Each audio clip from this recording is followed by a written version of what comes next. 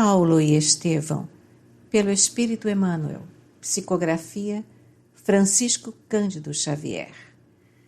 Segunda parte, capítulo 2, parte 3.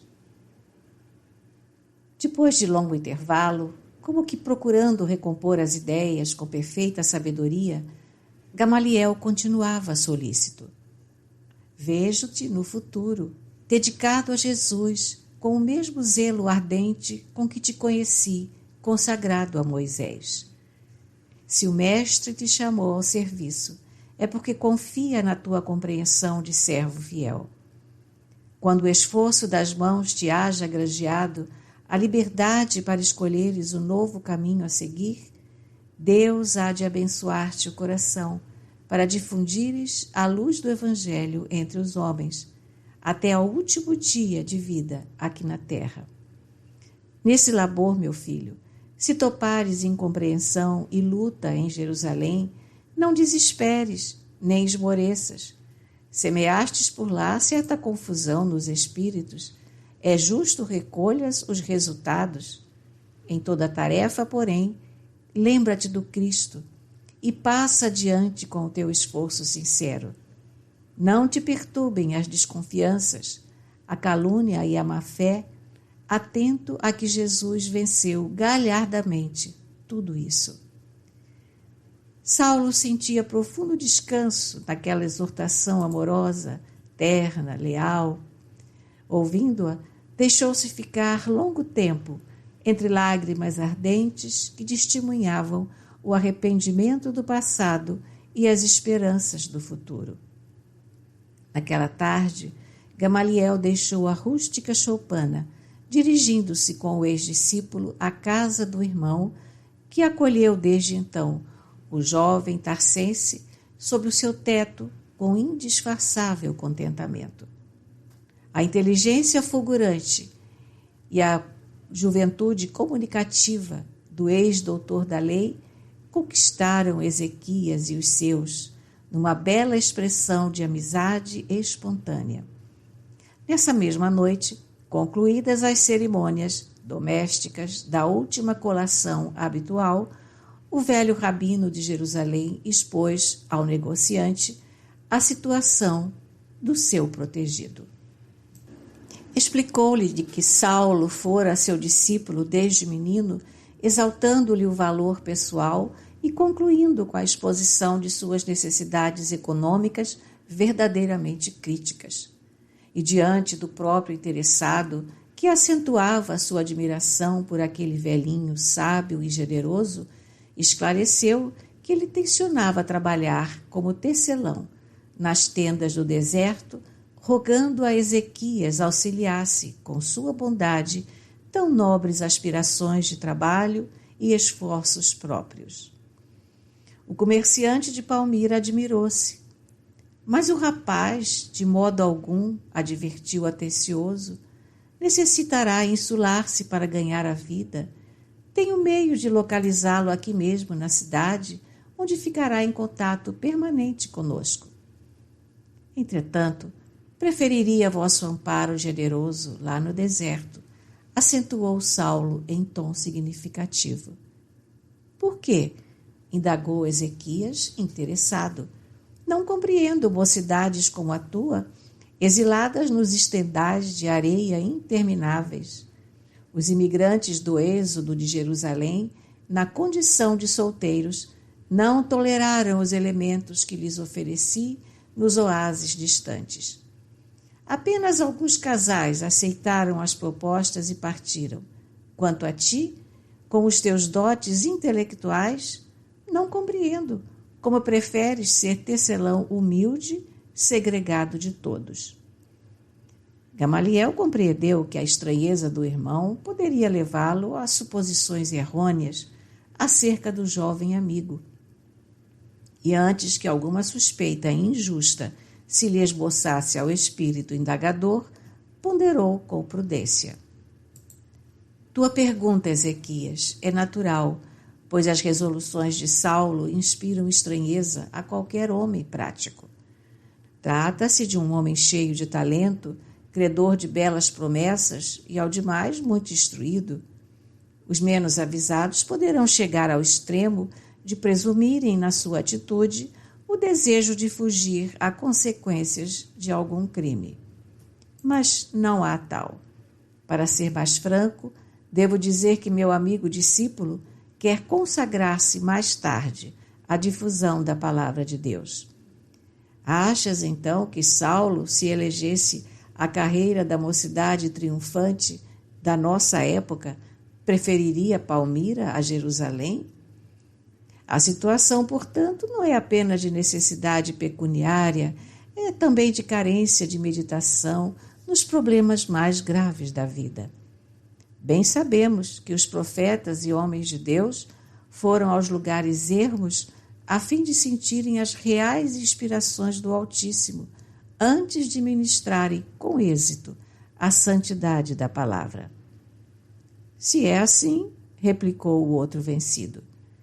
E após meditar alguns momentos, o negociante voltou a dizer: na região que conhecemos por Oásis de Dan, daqui distante mais de 50 milhas, precisamente, instalei há cerca de um mês um jovem casal de tecelões que chegou na última leva de refugiados.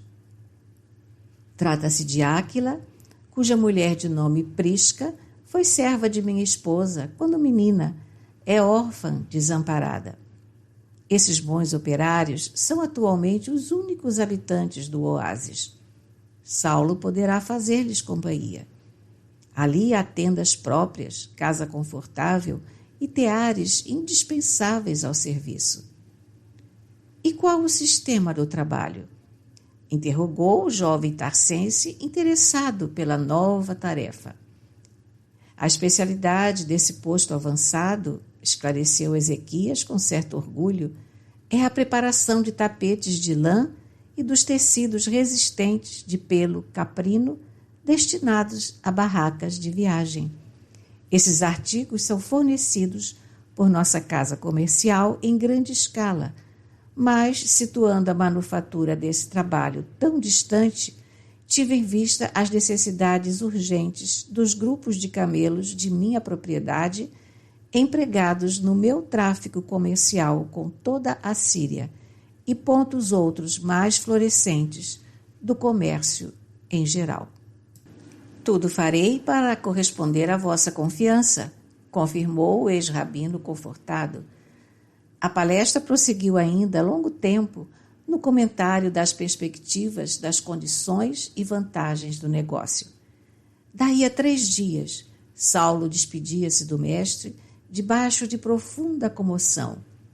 Figurava-se-lhe que aquele abraço afetuoso era o último, e até que os camelos da caravana largassem em direção da imensa planície, o jovem envolveu o venerando ancião nas vibrações caridosas do angustioso adeus. No dia imediato, os serviçais de Ezequias, ladeando a extensa fila de camelos resignados, deixavam-no com vultuosa carga de couros na companhia de Áquila e sua mulher, no grande oásis que florescia em pleno deserto. Os 2 operários da pequena oficina receberam-no com as melhores mostras de fraternidade e simpatia. Saulo reconheceu neles de relance as mais nobres qualidades espirituais. A mocidade do generoso casal expandia-se em formosas expressões de trabalho e bom ânimo. Prisca desdobrava-se em atividades para assinalar em tudo as preciosidades do seu carinho. Suas velhas canções hebraicas ressoavam no grande silêncio como notas de soberana e harmoniosa beleza. Terminados os serviços domésticos, ei-la junto do companheiro, nas lides do tear, até as horas mais avançadas do crepúsculo. O marido, por sua vez, parecia um temperamento privilegiado, desses que se movimentam sem a presença do agulhão. Plenamente integrado nas responsabilidades que lhe competiam, Áquila trabalhava sem descanso à sombra das árvores acolhedoras e amigas. Saulo compreendeu a bênção que havia recebido. Tinha a impressão de encontrar naquelas duas almas fraternas que nunca mais se haviam de separar espiritualmente da grandeza de sua missão, dois habitantes de um mundo diferente que até então não lhe fora dado conhecer na vida. Áquila e Prisca, antes que esposos, pareciam verdadeiros irmãos. No primeiro dia de conjunto, o ex-doutor da lei observou-lhes o respeito mútuo, a perfeita conformidade de ideias, a elevada noção de deveres que lhes caracterizava as menores atitudes e, sobretudo, a alegria sã que irradiava dos seus menores gestos.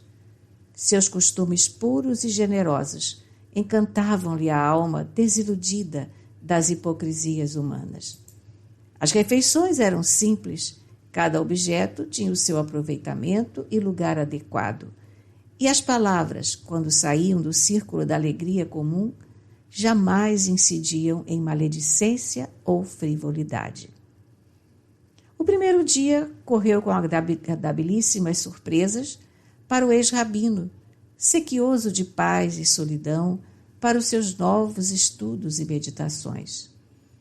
O companheiro de trabalho desfazia-se em gentilezas para atender-lhe às pequeninas dificuldades no mistério que há longo tempo deixara de praticar.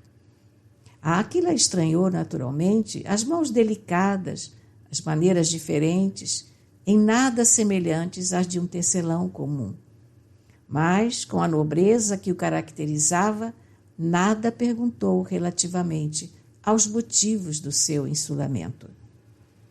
Naquela mesma tarde, cessada a tarefa, o casal acomodou-se ao pé de frondosa palmeira, não sem lançar ao novo companheiro olhares indagadores que traduziam indisfarçável inquietude. Silenciosos, desenrolaram os velhos pergaminhos e começaram a ler com muita atenção. Saulo percebeu aquela atitude receosa e aproximou-se.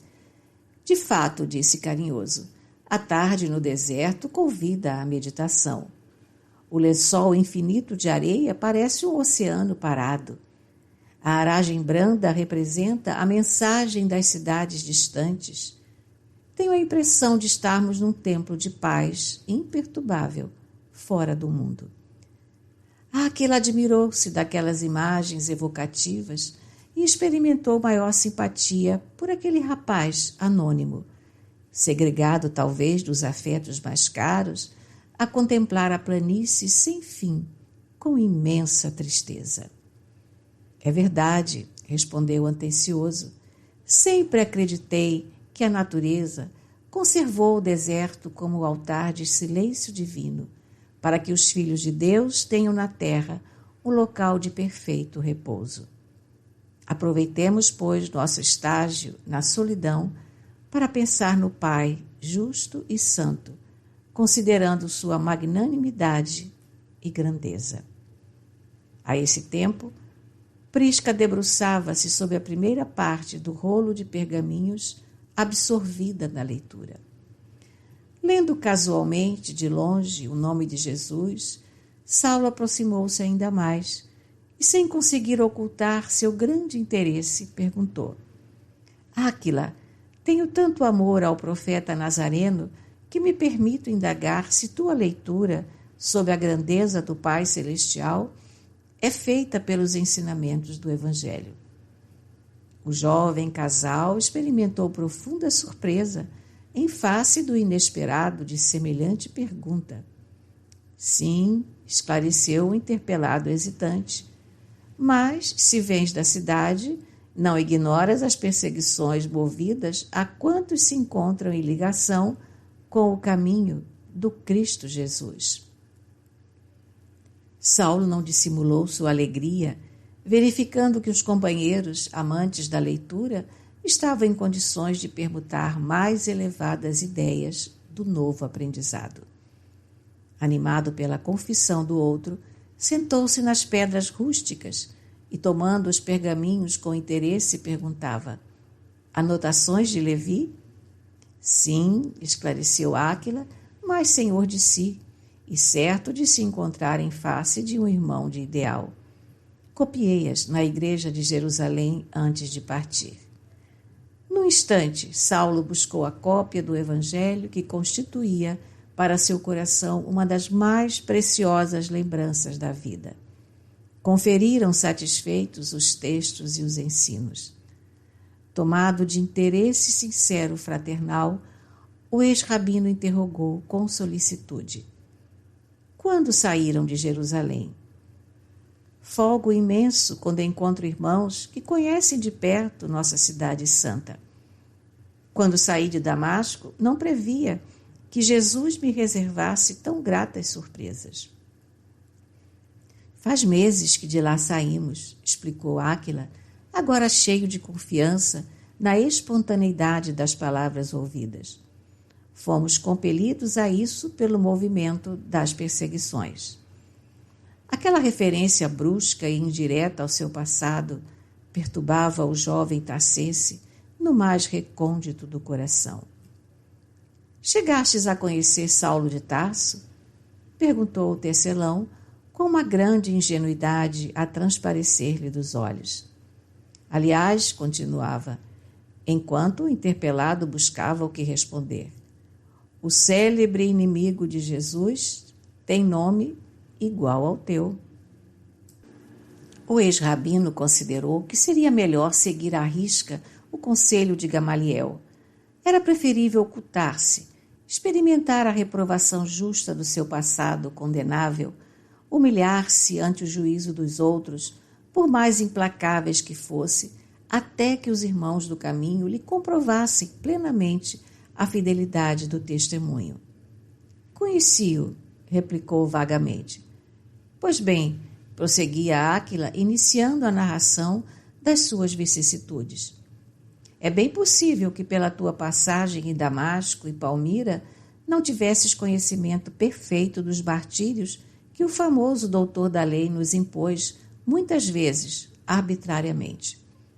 Talvez o próprio Saulo, segundo creio, não pudesse saber das atrocidades cometidas pelos homens inescrupulosos que tinha às suas ordens, porque as perseguições foram de tal natureza que, como irmão do caminho, não posso admitir que um rabino educado pudesse assumir a responsabilidade pessoal de tantos feitos iníquos.